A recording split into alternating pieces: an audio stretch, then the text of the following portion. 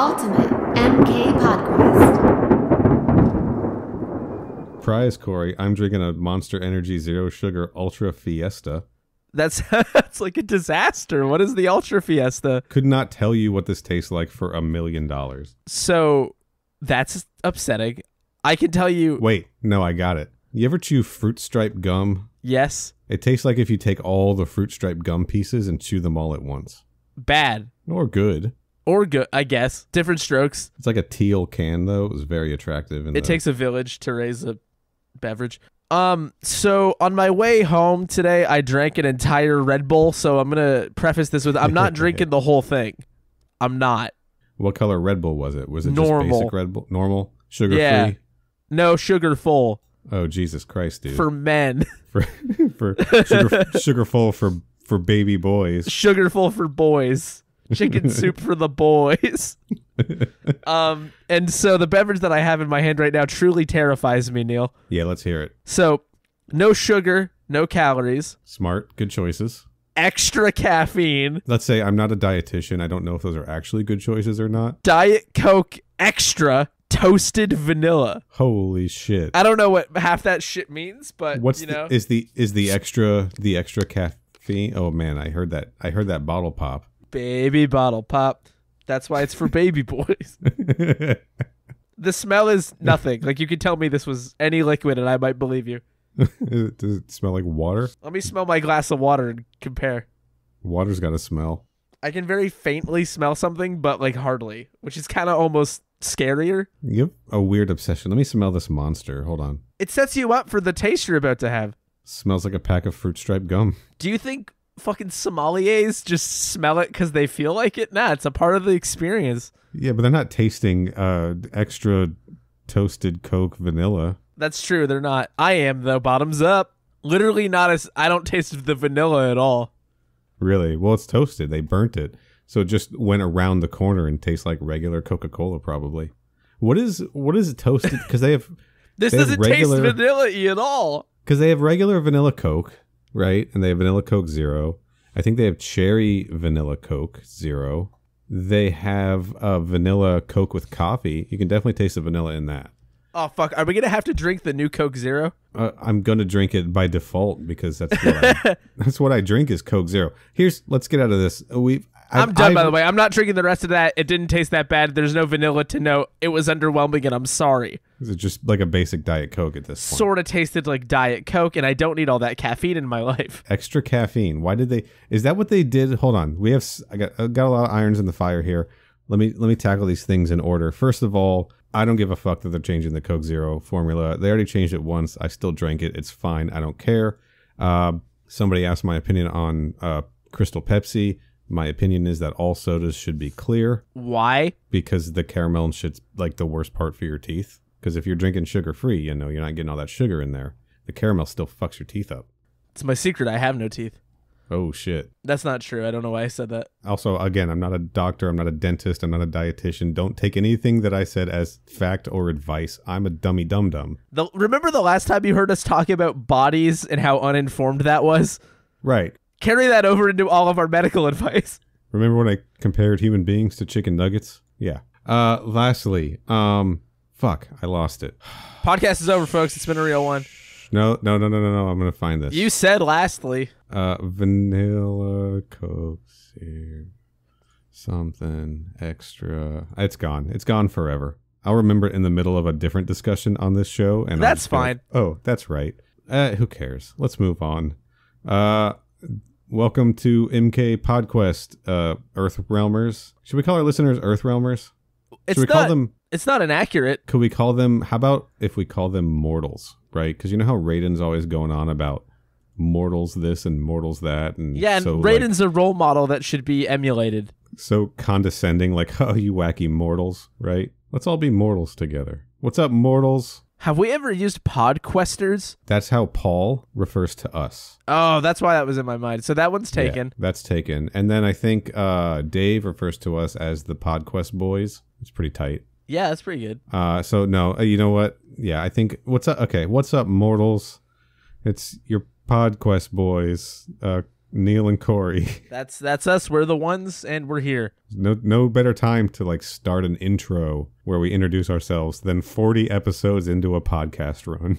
And 7 minutes into this. We're doing something different this week because we're just kind of fucking tired of talking about Defenders of the Realm for a minute, and there's other Mortal Kombat shit to talk about. Is that fair to say? Yeah, I think so. We're also going to talk about Defenders of the Realm a little bit in this. But first, dude, I want to play a listener message from a listener named Dakota. He sent in a few, but this one was just really fucking cool.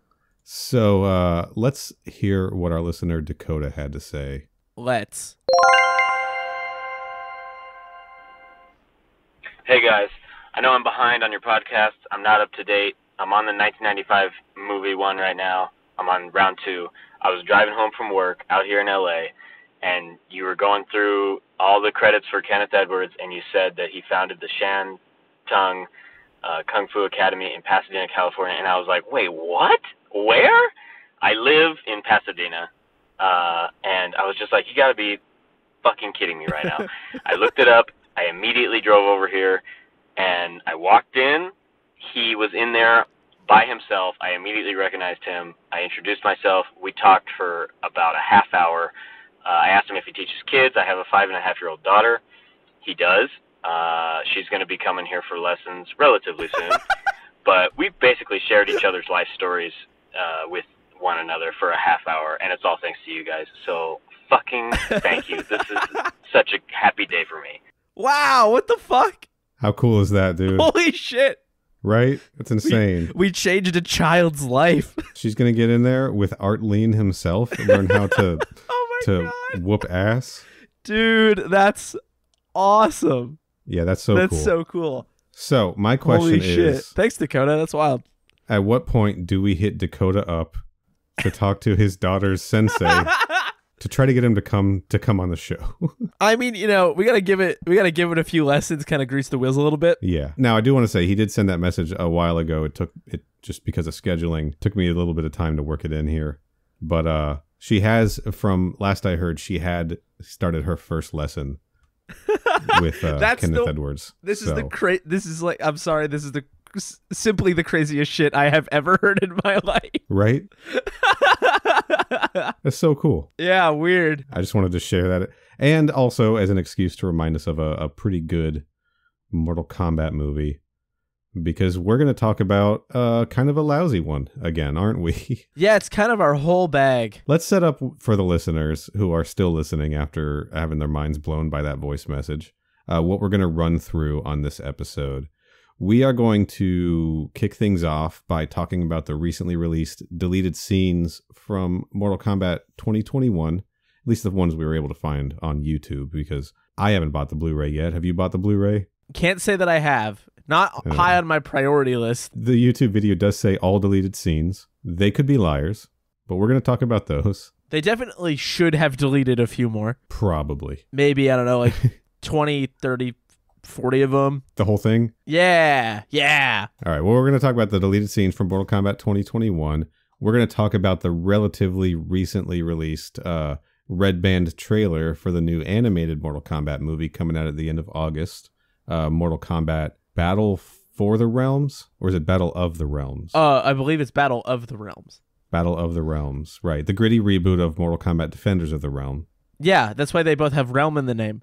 Mm-hmm, yep. And then we're going to, last episode I put out a call for some listeners to share their experience with Mortal Kombat Defenders of the Realm. And then I also hit a bunch of people up on my own individually to squeeze some submissions out of them. So we got voice messages aplenty, including one from all 3 of the Combat Time podcast boys. Nice. Okay. Yeah. Then after that, we got a little bit of show business to talk about. So there ain't no business like show business. All right. So we're going to get the air horns in for sure. It's just a dumb show. What do I do with the rest of this fucking borderline energy Coke that I don't want to drink? Do you want to cruelly prank a roommate? One of my roommates does say that he's nursing a headache at the moment. Maybe I tell him this is some kind of elixir. Well, caffeine's supposed to help with that stuff, right? I was told that caffeine makes headaches worse. Caffeine makes headaches worse if you drink a bunch of caffeine and then stop drinking it or don't drink enough. That's called addiction, Neil.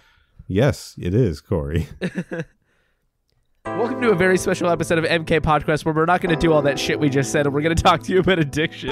And cue the special episode music. Da-da.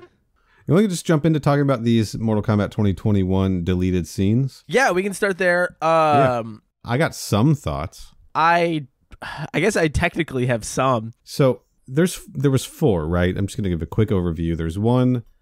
It's when Cole and Sonya are on the plane with Kano and the pilot who may or may not be Kano's mom. And Cole's having like a vision of Scorpion in his head while he's sleeping. Then we've got a deleted scene with Melina and Shang Tsung where Shang Tsung acts like a piece of shit. We got one where Liu Kang and Kung Lao are talking to Raiden in a garden and talking about how the Earthrealmers are dunces and Sonya should be sent home. And then we got one where Sub-Zero is confronting Shang Tsung about the heir of Hanzo Hasashi still being alive, which cuts abruptly, feels incomplete. Maybe we didn't catch the whole version of that scene, or maybe we did, and that's why it got cut, because it was useless. Something tells me it's the latter. Overall, I don't understand why they were cut, but I also don't think I really recognize what they would have added. The only one that I think would have added something to the narrative is this one where Cole's like having a vision, a confrontation with Scorpion, with Hanzo Hasashi in his head in what looks like NetherRealm. It's an extension of the like vision he has that's also in the trailer that's very, very brief. Yeah, I think, well, like in the final version of the movie, we got like maybe 1 or 2 scenes where that happens to him. Like I think he sees Hanzo in a mirror. Yes, he does. And I think it may happen one more time. The only reason I think it might have helped is it might have helped connect the beginning and the ending of the movie to the boring middle of it. Because that was like the big thing is that like that the whole movie's boring as shit. The intro felt so disjointed. The Hanzo Hasashi Bihan story felt so disjointed from the rest of the movie that like we got like 2 flashes of Hanzo and then Cole sort of being hunted and knowing that he's the descendant of Hanzo. That's the only connection. So I think another scene, just showing that connection might have strengthened it a little bit for me. Not much. It certainly wouldn't have hurt things. And we would have gotten like another pretty fucking cool set piece, right? Because that was like a fiery hell dimension. Like that was definitely the NetherRealm and it looked cool. And the rest of this movie doesn't look cool. Yeah. I gotta be honest. It's not that cool. It kind of fits with the rest of the movie. And I'd like to pivot to the second half of that scene if you'll indulge me, because you've kind of covered the important part where we just get a lot more Kano. And I've never been more instantly reminded of why I hate a character than the extended version of that fucking Kano discussion. Right. Fun fact, the deleted scenes are subtitled and they keep saying that they're talking about a dude named Jared. And I'm like 90% sure they're saying Jarek. They're saying Jarek, 100%. Yeah. But it's just a bunch of lame fucking doo-doo potty humor and like some questionable thoughts about being chased by tribesmen in the jungle.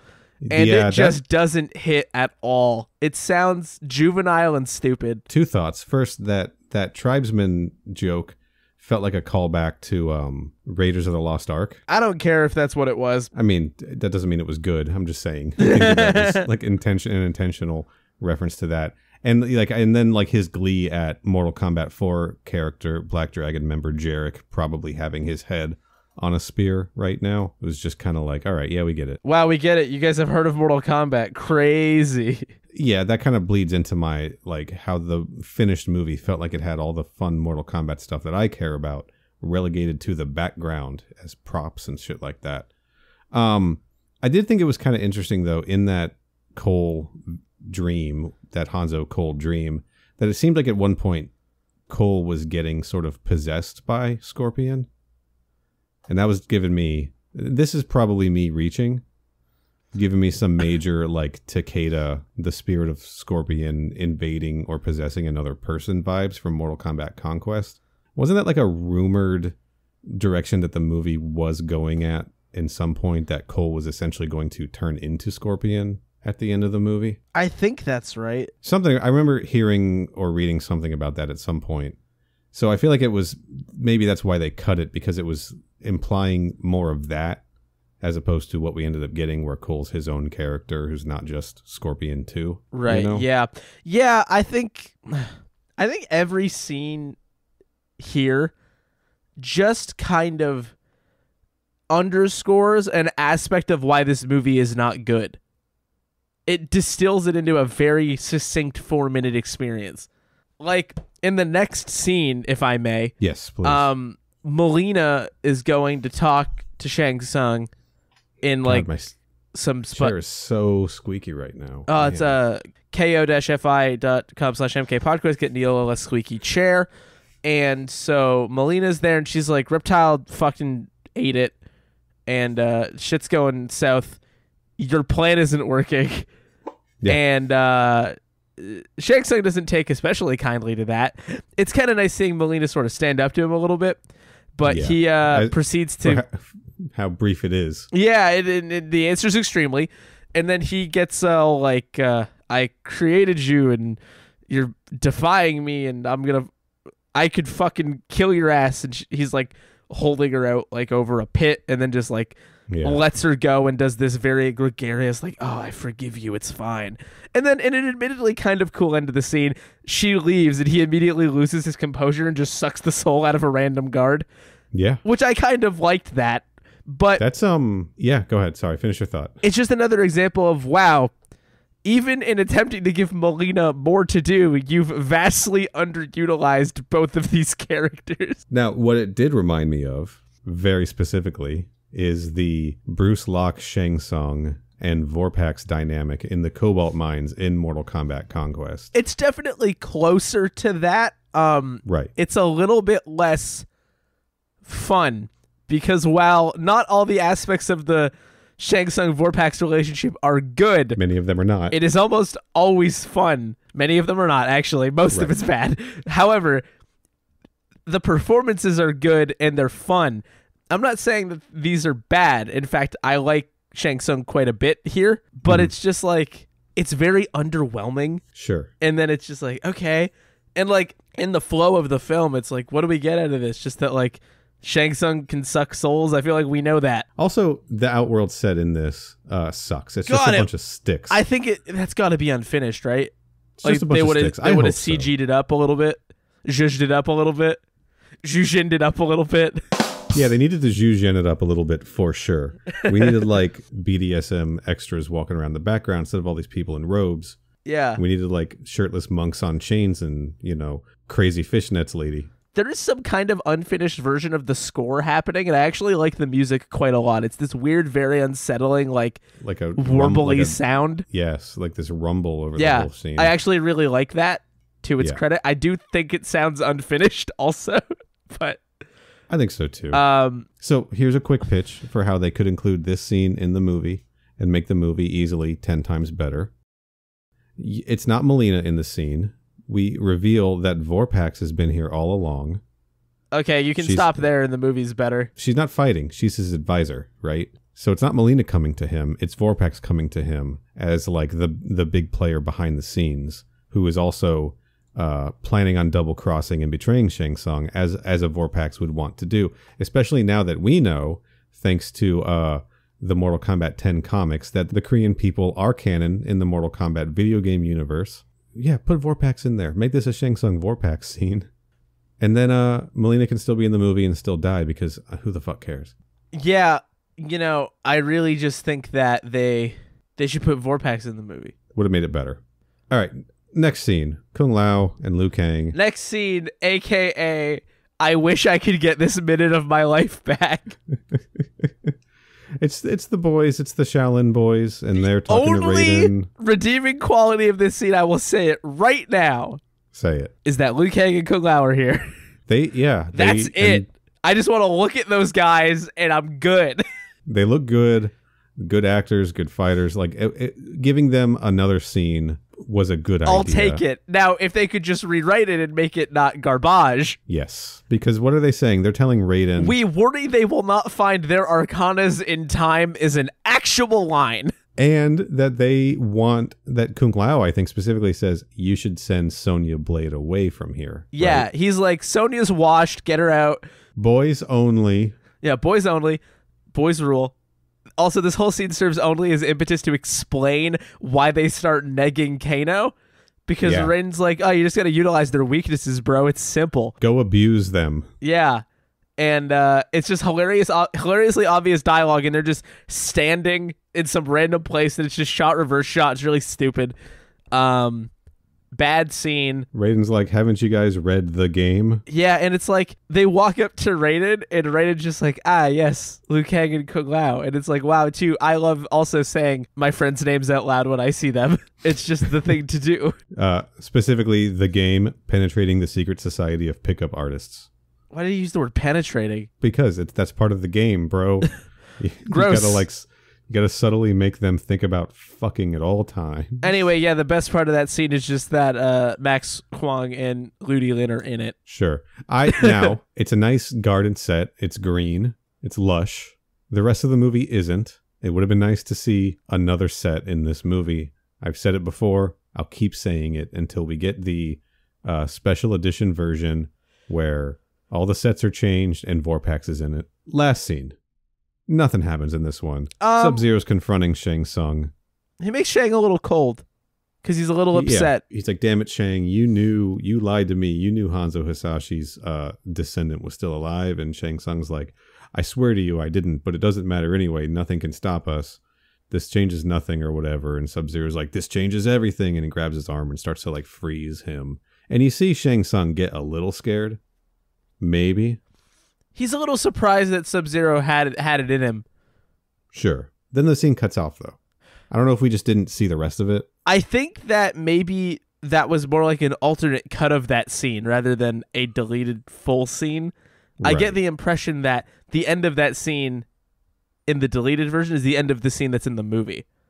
Okay. And they cut out like an interstitial bit. Right. So then he just is like, I am Sub-Zero. And he walks off. Yeah. So my final note just says, okay, so these wouldn't really solve the movie at all. Not really. That's my take on that. I don't even think it was that interesting to watch them. But sometimes like you get the deleted scenes of a movie and you're like, it clarifies some level of the creative vision. And you're like, okay, sure.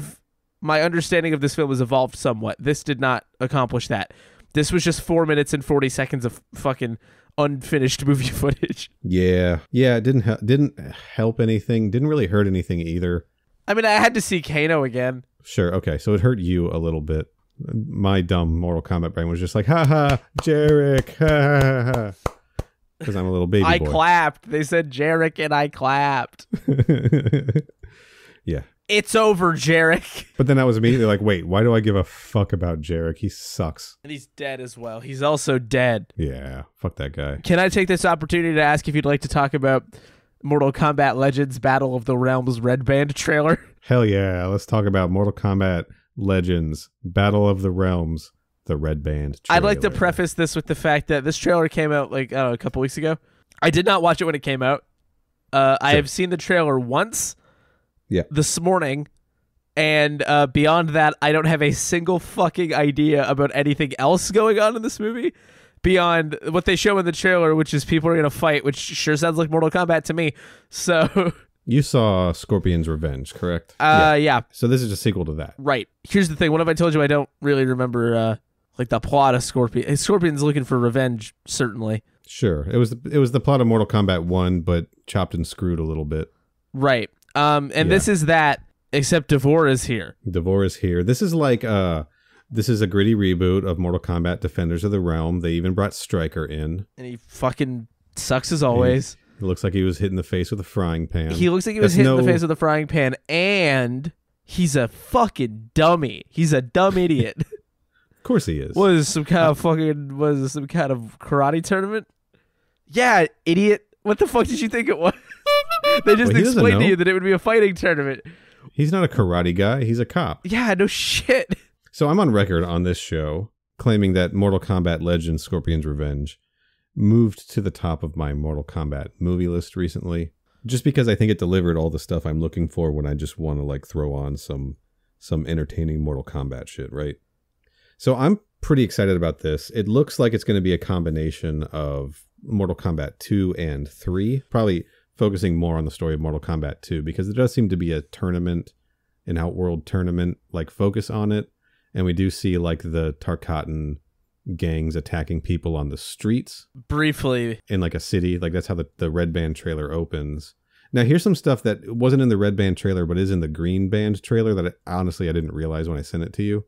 They are going to show us the Cyber Lin Kuei in this. I think they're going to show us the whole Cyber Initiative. There's definitely shots with Sector and Cyrax hunting down Kuai Lang and Smoke, Tomas, I forget his last name, right? You definitely see Kuai Lang confronting Scorpion, threatening him, "You'll pay for killing my brother." And Kuai Lang is wearing like a standard Lin Kuei gi. He's not in the Sub-Zero suit yet. So I think we're going to get, at the very least, a much better version of the Defenders of the Realm episode, Old Friends Never Die, which is kind of cool. And my prediction is that they're going to use the Cyber Initiative potentially as like the cold open to the movie. And I think that this movie is probably going to focus a little bit more on Liu Kang and the Earthrealmers as opposed to splitting time with Scorpion, which is something that was a criticism of the first one, that it wasn't a Liu Kang story. Finally, something in Mortal Kombat that focuses on Liu Kang, am I right? Well, now we've had two things that haven't focused on him. Mortal Kombat 2021 didn't either. I don't know, dude. This looks sick as hell. It looks violent and bloody like the last one. Johnny Cage's shadow kick looks ridiculously bad. Yeah, it really does, huh? I'm hoping they're gonna fix that. Like this was it was trailer time. It was just time to cut the trailer. Like we'll fix this later. Yeah, there's some cool shit in there. The art style is still pretty fun. There's a group of bad dudes. I do not like that we do see fatalities in the trailer, right? Of like recognizable characters. Yeah, you just straight up see Jax rip Kintaro's arms off at clean off his body. Yeah, I mean it was awesome. He's not surviving that. Well, he's got 4. He only lost 2 potentially. Well, I mean, a lot of blood came out. Sure, Kintaro's not living past this movie. 30, because he smokes too many cigarettes. Somebody needs to tell Kintaro to stop. 4. He smokes 4 at a time. He's got 4 arms. He's just tearing through his 9 lives. Dude, it's so fucked up how Kintaro died 8 times from too much smoking, and then on his last life he got all 4 of his arms ripped off. So I don't know. Battle of the Realms looks pretty neat. The gang's all here. Yeah. People are gonna fight. I could give less of a shit that D'Vorah is here.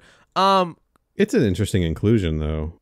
I have a question that will maybe make me sound stupid. Yeah, this is a safe space, Corey. Is that supposed to be Sindel? Who is that in the purple? That is not Melina. Okay.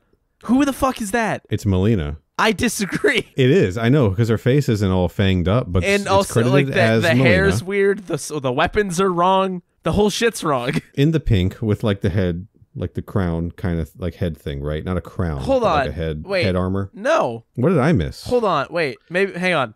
Everybody, stop what you're doing. If you're driving in your car and you're listening right now, I need you to pull over, and we're gonna figure this out. It was giving me Lee May vibes. They're gonna put Lee May in this movie. Well, who knows? They put D'Vorah in it. Like, I'm trying to make a joke, but I need to double check something. Somebody tell Sophia Benoit they finally put Lee May in a movie. Go listen to Mortal Podcast. That's who was on that episode. Cutting that out. No free plugs for Ben. Oh, there is well, hold on. So, okay, there is some kind of head thing on, but like just normal person face, very long hair, bit of a regal vibe. I just assumed it was Sindel and there was some tomfoolery afoot. Right, like maybe it was a younger Sindel or something. Sure. No, it's Melina. I try to not be a purist on this show because it's lame and a waste of everyone's time to do that. But I do not co-sign this fucking redesign. I'm just gonna I'll tell you that for free. Also, who's hatless Raiden looking guy? Is it just Raiden with like that black thing that covers his entire head that gives him a weird goatee? Yeah, Raiden's hatless in a bit of this. Okay, that's gonna be exciting to see, right? Finally, Clearly a callback to Jeff Meek Raiden, who hardly ever wore the hat. And then also, is Katana in the mix in this as well? Katana's in this. She's got her Mortal Kombat 10 look. Jade is in this. I'm excited to see like a proper Jade.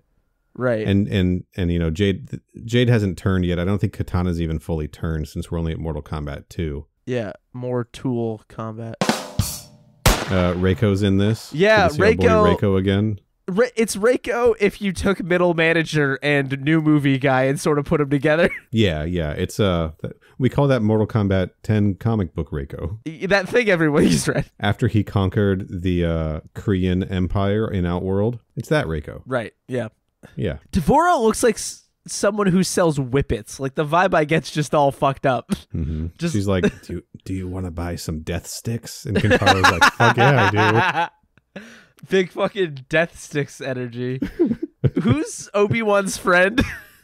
The diner man? I don't know, dude. What's that man's name? Shit. I don't know. Fuck, I know his name. Hang on, give me a sec. Let me see if I can remember it. Star Wars Diner. Dex. Dexter Jetster. Dex's Diner on Wikipedia. Dexter Jetster, baby. That's who it is. Anyway, that's my joke for that. All right, so why are we talking about Mortal Kombat Legends trailer? One of you may be out there asking. Well, we've got a reason. Late and I'm tired. Why are we doing this? Well, trust us, we decided to. Corey and I cannot stomach the idea of ending this podcast after Mortal Kombat Defenders of the Realm, so we're going to keep it going. We are going to talk about both Mortal Kombat Legends films, and we're going to go ahead and talk about Mortal Kombat Legacy, both seasons. And we're even going to do a little episode at some point covering the Mortal Kombat Rebirth short and the leaked Mortal Kombat 10 web series footage as well. We're just going to watch all the Mortal Kombat stuff that's out there, talk about all of it. So look forward for more, hopefully better content, better, more enjoyable things to watch than this disaster of a cartoon show God willing. we are currently struggling to get through. We'll get there, but it will be a tall order. But I think the way it's going to time out, hopefully, is we're going to be able to talk about the Legends movies, like right as Battle of the Realms is getting released. So it'll be pretty timely at that point. Finally, we're on time for something. We were too early to Conquest. Nobody, right? we're late to Defenders of the Realm. No one gives a shit now. No one's even heard of Defenders of the Realm before. But yeah, I've seen all of this stuff. Corey, you haven't seen Mortal Kombat Legacy at all. I had not heard of it even. We're going to split those episodes up into chunks. Those are shorts. Those are like 10 to 12 minutes each. So we're not going to do like one episode per 10 to 12 minute section. They're kind of like, at least the first season is like a two-parter and then a one-off episode and then a two-parter and a one-off episode, etc. So we're going to group it up with like a two-parter and a one-off as we go. We'll get more into that when we get closer. But yeah, that's the future of the show. And naturally, there will be a couple Conquest-related things mixed in. Of course there will. We are working on some other stuff that we're just not ready to announce yet. That's true. But someday. All right, but for now, let's spend a little bit of time talking about Defenders of the Realm. I reached out to a few friends of the show for their thoughts on Mortal Kombat Defenders of the Realm, and I think we need to jump right into those if you're ready, Corey. Who's up first? I think we should check in with our friend Danny from the Next Issue Podcast. Go look up Next Issue Podcast on YouTube. Corey and I did a Mortal Kombat 2021 live stream with him. I jumped on one with Damien, Yassine, and Dave to talk about the Green Band trailer for Battle of the Realms. He's been watching the show along with the podcast for the first time. So let's hear what he has to say. Hello there, combat crew. How's it going? Daniel here. I just wanted to send in a quick, we'll call it State of the Realm address so far on how we're doing with Mortal Kombat Defenders of the Realm. I want to first give you guys a lot of props. I love the new intro, embracing the Defenders of the Realm. I got to say, so far we are about 7 episodes in. And the show's been a little hit or miss, but I think overall, watching week to week, like It's entertaining. It's only 20 minutes long. It's a baby's cartoon. So I definitely get that it's not going to be perfect. Some of the highlights so far, first of all, combat time. I mean, come on, Sonya Blade being the combat time reckless warrior that we want her to be. So that's always been really good.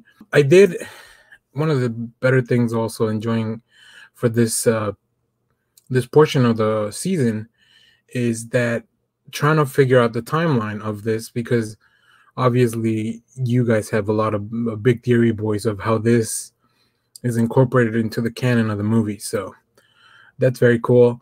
Episode 2 with Scorpion, I think that was a highlight. I love Scorpion. I do think that the snake coming out of his hand is pretty interesting. I like all the foes we've battled so far. I think the most effective one has been Rain, because he just radiated that fuckboy energy.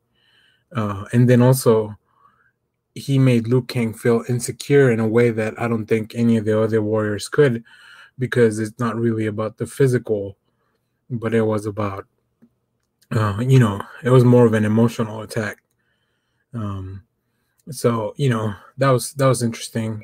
The episode with Smoke, I love seeing the background of it all. But yeah, I think overall this season has been a lot of fun so far.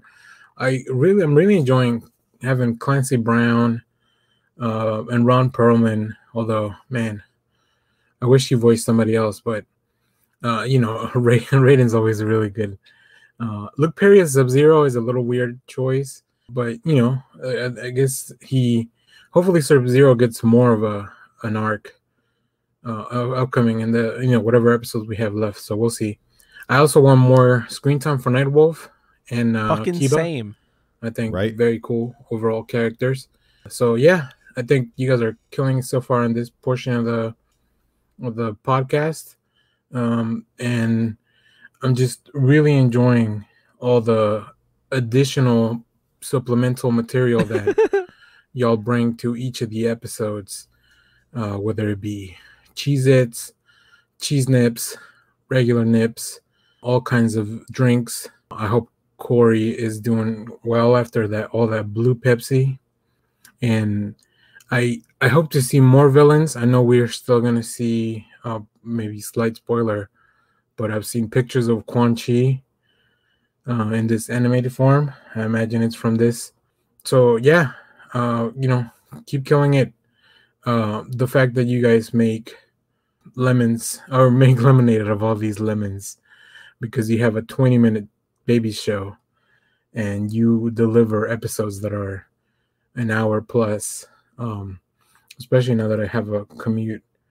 It's great. I didn't remember that this was on the USA Network. That was also very interesting. But yeah, overall, you guys are killing it. Defenders of the Realm, although it's not as good as the other stuff you guys have covered. Maybe better than Annihilation. I'm not sure. That might be an interesting. If you guys have any thoughts on that, let me know. If you guys at the end of the season maybe think, if you're ranking things, does this rank above Annihilation? Or thanks for taking this message, and keep going with these episodes because they've been a lot of fun. So take care, y'all. Bye. All right. Thank you, Danny. I can tell you right now, I will watch Mortal Kombat Annihilation over this show any day of the week because it's shorter. Yeah, it is. It also might genuinely be better. Mm-hmm. I think it's more entertaining as a for viewing sure. experience. I don't think you could never call you could call Mortal Kombat Annihilation a lot of things. You could never call it boring. Yeah, I agree. That's a fair statement. All right. Once again, go check out Danny's show, Next Issue Podcast, on YouTube. They got that custom URL because people subscribed to their YouTube channel. We haven't gotten there yet. And thank you, Danny, also for the kind words that we eschewed slightly. Regular nips. Out of being for the sake of modesty, but we really do appreciate it, so thank you. Yeah, thank you. All right, let's hear from our friend Dave, the Grin Reaper, over on YouTube. I'll put a link to that. He gets drunk and plays fighting game stories. You want to hear what Dave had to say about Defenders of the Realm? Yeah, let's do it. I have this one ready this time. Hey there, Pausequest boys. See? It's Dave yet again, here to give you my takes on Defenders of the Realm so far. And here's what it is. It's a bad show. Yep. The story's bad, usually. The characters are all horrible people. They all suck. And the only good one is Kiva, only probably because he can't talk. If he could talk, he'd be as insufferable as the rest. But, that being said, I'm having a blast most of the time. Because it's just, I have a love, I guess, for 90s-ass, goofy-ass animation. It's so dumb. Whenever something dumb happens, I'm cracking up. Like a sound is just reused 2 seconds later, or like this hastily drawn dinosaur pops up, or it's like the same canned animation or canned sound, and I'm here for it. When Scorpion falls down a hole with a Hanna-Barbera slide whistle. Like, I'm here for it. I'm having a blast. It's just charming to me because it's so bad. I'm cheering for it. I'm rooting for it. Ever watched the baby get up, try to walk, and he's unsteady, and you know he's going to fall down and start cracking up 2 seconds later, and you're cracking up with him, and everyone's just having a good time. That's what this movie is. Watching a baby try and fail to walk. But you can't. It's doing a bad job at it. But I can't help but be charmed by it. I don't know. I'm rooting for it. I'm having a great time. I want to watch this baby run. Except for a couple episodes. But most of the time, like, whenever something silly happens, mummies pop up or all that shit, demons, I don't know, I love it. And that's all I got, I guess. So, all I got left to say is thanks for making my Tuesdays less insufferable.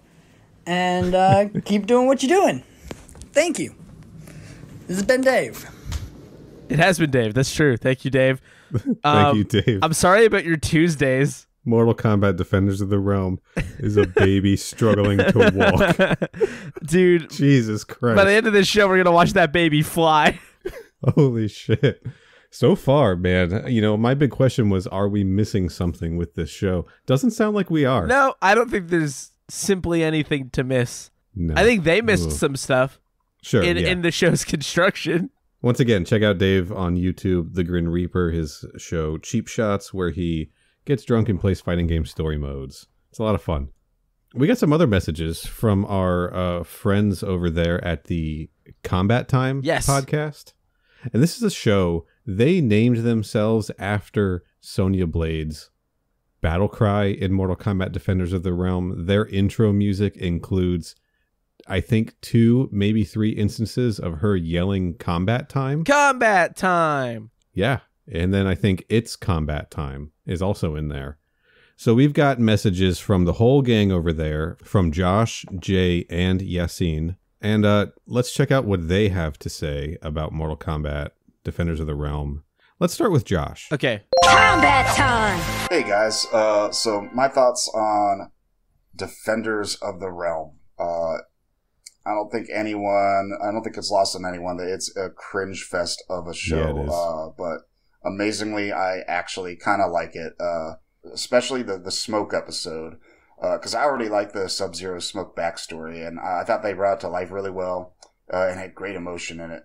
And the final episode is epic as fuck, but the drama in that one actually felt like it mattered this time, and it was just a nice way to go out.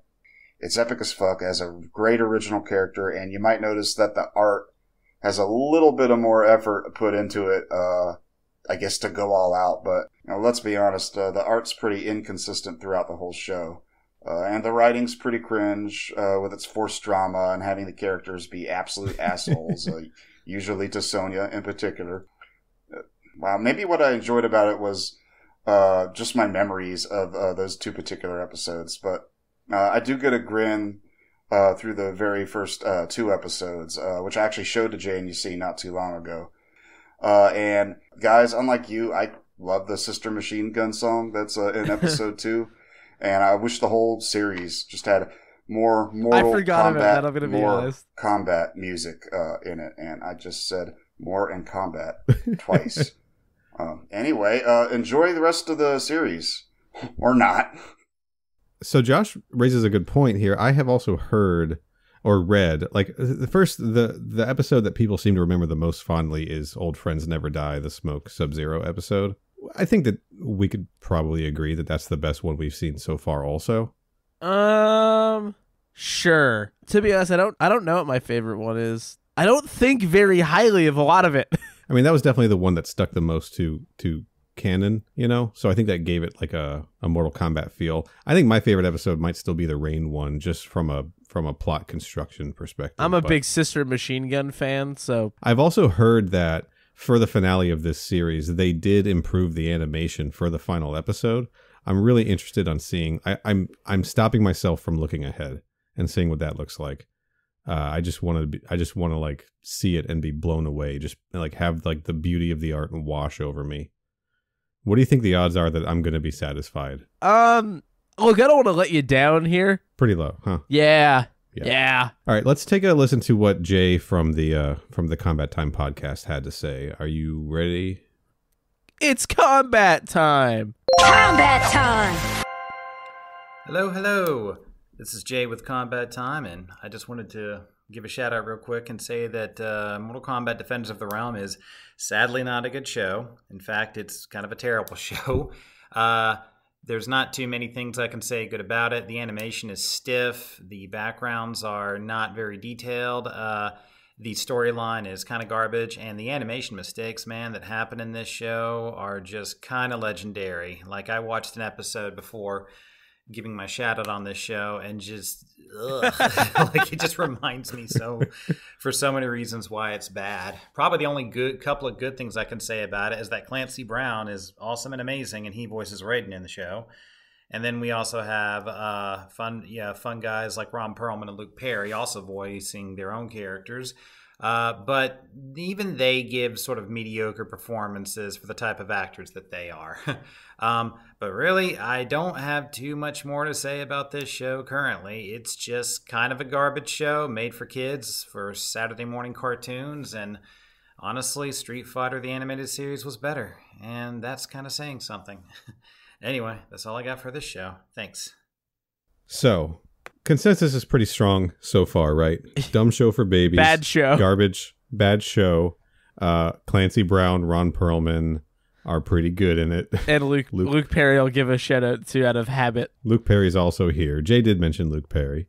But yeah, this was absolutely like they were just here to cash a check, weren't they? Like, they recorded all 13 episodes of this show over a weekend. And I wouldn't hold that against them. Probably got Clancy Brown a new motorcycle or something. And that's pretty cool. Dude probably shreds that thing up. Let's hear from our third and final Combat Time homie, Yassine. Combat time. Hey guys, this is Yassine from the Combat Time podcast. So, Defenders of the Realm.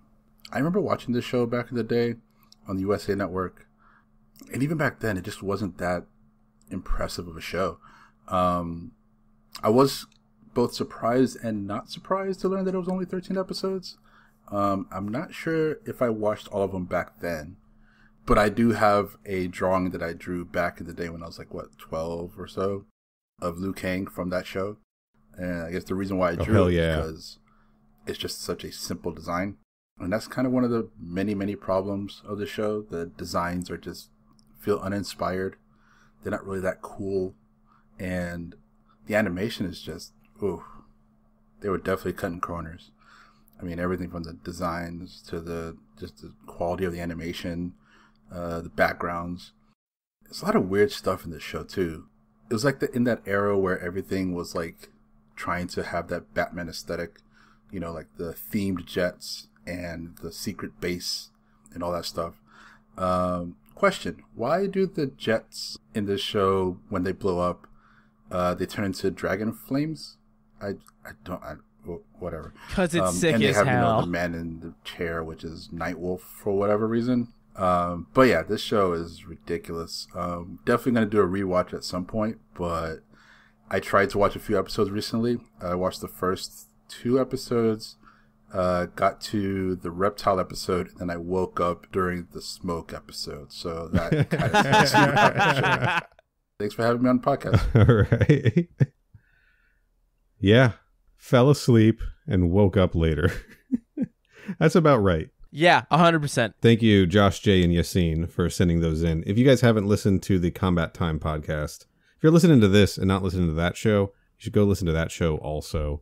They cover everything like Mortal Kombat. They did an episode, I think their most recent episode, they covered Mortal Kombat Annihilation and also found themselves having a very hard time to talk about. It's a difficult thing to get a grasp on. Talk about. And they also did an episode recently where they went back and replayed and reanalyzed Mortal Kombat 1. Heard of it? Yeah. So they're doing some really fun stuff over there. Go subscribe to Combat Time. I'm putting links to all this stuff in the episode description. Combat Time.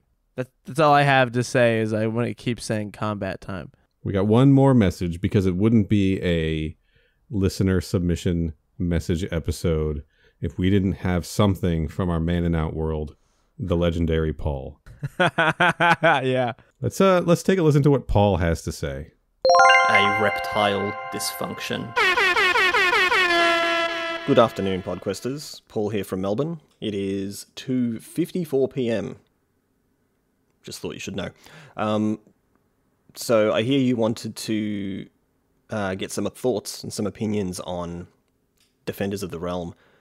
And I thought about kind of like just skipping this in some ways because I don't really have a childhood connection to this show. Same. I didn't watch it when I was a kid. I didn't have any sort of nostalgia for it. In fact, like the first time I heard that this thing existed was when Neil said the words Defenders of the Realm on an episode of the podcast. So if that gives you any sense of like, you know, it's almost the exact opposite to Conquest, which was like something that I was oddly obsessed with. So I have to kind of like put my mind back and think about other sort of like Saturday morning cartoon shows that I watched at that time, you know, sort of early, like high school, late primary school sort of era. And I'm thinking to myself, like, would young me like this show? What other shows did I watch at that time? And there's such a weird mix of stuff. Like, I remember there were shows on, I just, you know, would watch whatever the hell was on TV at the time in the mornings before school. And there was stuff like Gargoyles, the animated series, on all animated shows. These are Samurai Pizza Cats, which I think if I watch now, wait, would that's be real? terribly racist, Yeah. but at the time was very funny. There was like an anime style one called Techno Man, but Techno had a K in it.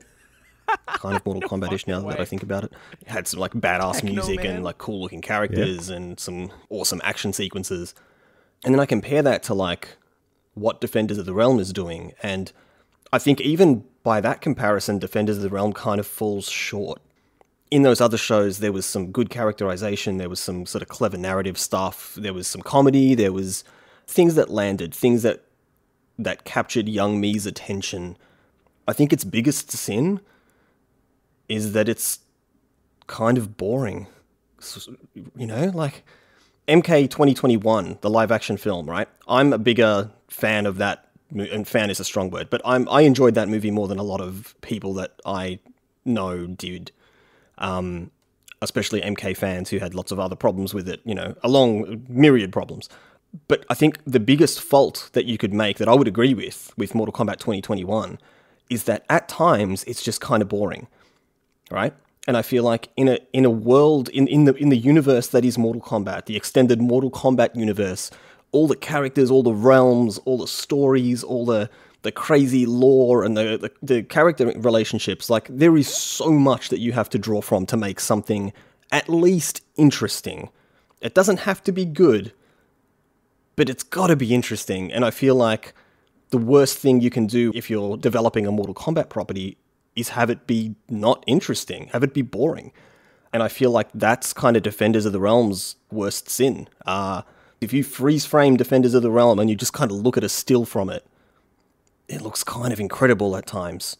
Like there's this awesome sort of 90s style art, which is like back in vogue now. You have these tableaus of all these characters on the screen all at once doing cool MK stuff at each other. You have the Shokan race, who you only ever, you know, see one or two of those characters in a game, and you have a whole ton of them here, like standing at these cliffs looking badass, and it's like, oh my god, it's like Mortal Kombat, and it's real, and it's crazy. But just any time people move or say things, it goes bad. So Yeah, I don't know. I think, I might be being hard on it. Again, nostalgia is a strong thing, and I'm sure that if I watched this as a kid, I would probably have, more agreeable feelings towards it. Maybe I wouldn't think it was the greatest thing in the world, but I'm sure I wouldn't be disinterested, which is a sad place to be. But hey, one of the good things about having to listen to your good selves talk about this show is that I can listen to two people lose their minds over a period of weeks and decide that I want to pay to do that. What? Wait, why am I doing this? Okay. It's a valid question. We should cut Paul off right there. It's just MK. It's ko-fi.com/mkpodquest. If you want to make the same mistake Paul made. Paul touches on something really interesting here. First of all, I definitely got distracted when he listed animated series because hell yeah, Gargoyles, hell yeah, Techno Man. I watched Techno Man back in the day. Samurai Pizza Cats is real. Corey, absolutely thought that was a bit. I'm going to read you a little bit of trivia from the Samurai Pizza Cats IMDb page because this was a Japanese animated show that was dubbed over here. According to fan sites, the original Japanese script was lost and a completely new script had to be written. A different rumor states that the scripts were deliberately withheld in order to force the writing team to be creative and do their own interpretation of the stories. Of just visuals? So this is a cartoon that the writing staff was given the visuals of an episode and forced to write dialogue and storylines to match it. That is a fucking train wreck. I love that. But the more interesting thing that Paul touched on is that I've been taking screenshots for the YouTube versions of these episodes, right? And there's a lot of goofy shit that you can screen grab. There are also a lot of scenes in Defenders of the Realm that look cool. But they don't look cool in motion. They don't look cool in motion at all. They only look cool as still frames. And even then, the cool factor varies dramatically. It's interesting. And you know what? I'm going to say I kind of experienced this taking all the screenshots for Conquest too. You could find some like super just great looking stills from Mortal Kombat Conquest where the lighting is cool and the sets are cool and the characters all look hot. The list goes on. It can evoke, the list goes on and on. It evokes a specific feeling. Now, Conquest also looks good in motion, but I do think that there's some good design choices in Mortal Kombat Defenders of the Realm that just get lost as soon as, like Paul said, people start moving and talking. Yeah, it's not a total washout of a show. Like Paul said also, the biggest sin you can commit, I'd say in most entertainment, but I think it's something with a concept like Mortal Kombat especially, is be boring. And this show is remarkably boring. And that seems to be the general consensus about this. Yeah, it's... This cartoon it's for babies. Well, like, if we're like, you're not gonna carry your kids' attention if you can't fucking carry ours. Like, I don't know. I just think that there's so much being left on the table by being boring when you have so much at your disposal here. Yeah, and especially when you do compare this to other cartoons from the era, Defenders of the Realm really is coming up short. I think it was Jay mentioned the Street Fighter animated series being better than this, and that's also a bad show. But he's not wrong. That's a better show than this is. Right. And I think all the other USA Action Extreme Team television shows probably look and play out a little bit better than Mortal Kombat Defenders of the Realm. And guess what, Corey? What? We're going to have a chance to find out. Fuck. I'm trapped in Something prison. that we skipped over when we did our episode that we had to re-record for the Mortal Kombat Annihilation novelization and our Defenders of the Realm primer is we were just so fucking burnt out from having to do that thing over again that we just decided not even to talk about the fact that Mortal Kombat Defenders of the Realm crosses over with 3 other animated series from the USA Network. It does. And it all centers around a big orb. Now, the core of this crossover is that there is a character named the Warrior King chasing his magic orb through different dimensions and making stops in these different cartoon universes and interacting with the people there. Yes. I love the Warrior King's big orb. Guys, I'm going to tell you right now, I'm going to apologize. I'm going to get so much mileage out of the word orb. Big orb is the new big egg. Big, huge orb. Large orb. It's the new big arms. It's the new thick doors. How do you want your orbs? Over easy. So the television series that Defenders of the Realm crossed over are the Street Fighter animated series, the Savage Dragon animated series, and the Wing Commander Academy animated series. And we're going to talk about all 4 parts of this crossover. We sure are. Coming up next week, we've got Episode 8, The Secret of Quan Chi. Following that, we're going to do an episode covering Street Fighter, Episode 22, titled The Warrior King, and Savage Dragon, Episode 21, titled Endgame. Then we're going to do an episode covering Episode 9 of Defenders of the Realm, Resurrection, and Episode 8 of Wing Commander Academy, Recreation, so that we can get the full experience of the Warrior King's journey through all of these different realms. You know, we were just complaining about how boring the show is, but with such a compelling character, with such an elaborate and creative name like the Warrior King and his big orb, you know, what could possibly go wrong? Here's the thing, man. I've seen the Street Fighter cartoon. It is much more entertaining than the Defenders of the Realm cartoon. I started the Savage Dragon episode. It looks crisp as fuck. And the Wing Commander show is a prequel to the Freddie Prinze Jr. movie, so it's got to be good. Sure. If anyone out there wants to watch along with this, Wing Commander Academy and Savage Dragon are both on Peacock Premium. The Savage Dragon cartoon is also streaming on the Roku channel. And I saw Street Fighter listed as streaming on Plex. There's also DVDs of all of these shows available. So again, that is Street Fighter Episode 22, The Warrior King, Savage Dragon Episode 21, Endgame, Defenders of the Realm Episode 9, Resurrection, Wing Commander Academy Episode 8, Recreation. For the record, everybody, I just want to make clear what this last hour or so was. This cartoon is so bad, we decided that the only solution that we could feasibly come up with is watch other shows and then wash the taste of all of that out by the end with different Mortal Kombat things. Yeah. What does that tell us all? You be the judge. That you should go to anchor.fm/mkpodquest/support. Or plug the other one. 5 stars on your streaming service of choice, or buy Neil a chair, or just free us. Pay us $1,000 and we'll never do this again. No, changing that deal to $1,000 each. I'll take $500. $1,000 for me, $500 for Corey. Final offer. All right. So yeah, that's the future of the show. We're going to cover the entire 4-part crossover. We're going to then finish off Defenders of the Realm, and we're going to dive into some, I'll say it, better Mortal Kombat shit. But for now, I think, what do we do here? We're just going to go. Oh, shit. We're just going to leave. Our magic orb just fell through a magic portal. We need to start chasing it through the realm. So I bought a big keychain the other day. Okay. With the express intent of putting it on the orb. And I bought a really big carabiner for the big keychain. And I was going to put it on my pants so I couldn't lose the orb. But the orb doesn't really have like a natural spot to like keychain with. The little eyelet hook fell off. Yeah, and I was going to I didn't put the new one in yet. Now we fucking lost the orb. God damn it, Corey. And it's an orb. It's just going to roll away. Billy Eyelet. And I know you live above ground level. Yeah. Probably just rolled down those stairs you fell down that one time. I know you live above ground level, dude. I can hear it in your fucking voice. Couldn't find the word for at least a second story. House 2, above ground level. All right, let's get out of here. Thank you again, Danny, Dave, Jay, Josh, Yassine, Paul, Dakota, for sending in all those voice messages. You guys rule.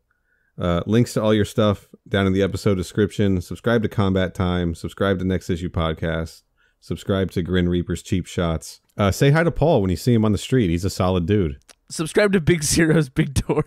Go Instagram.com/egress-to-gram. Go follow Big Zero's Big Doors. Or is it Thick Doors? It's Thick Zero's Thick there Doors. It is. Right, but that's what it is. That's our joke. Kintaro's smoking addiction. Donate to our Ko-Fi to buy Kintaro a lot of Nicorette. He has 4 arms. Those patches have to go somewhere. He needs a lot of patches and lozenges. Should we plug some stuff? Yeah, sure. The season 2 finale of the other podcast that I do, they made another one, which Neil has been on. I do it with my friends Mitch and Liam. We talk about reboots and remakes and sequels and whatnot. It's out now. You can check that out. They made another on Twitter. They made another one on all your podcast services, TMAO on Letterboxd, and I'm at Mr. Corey Price on Twitter and Letterboxd as well. And our second anniversary is also coming up, so stay tuned for that. We'll have a big old retrospective coming up for you. Hell yeah. You can find me on Twitter at FinalNeil. Find me on Instagram at FinalNeilRetro, where I post all my dumb video games that I own. It's a lot of them. Subscribe to the podcast in your podcast app. Subscribe to us on YouTube. Follow us on social media at MKPodquest on Twitter and Instagram. Rate and review us 5 stars. And keep being cool. Mortals. All right, I'm done. Bye.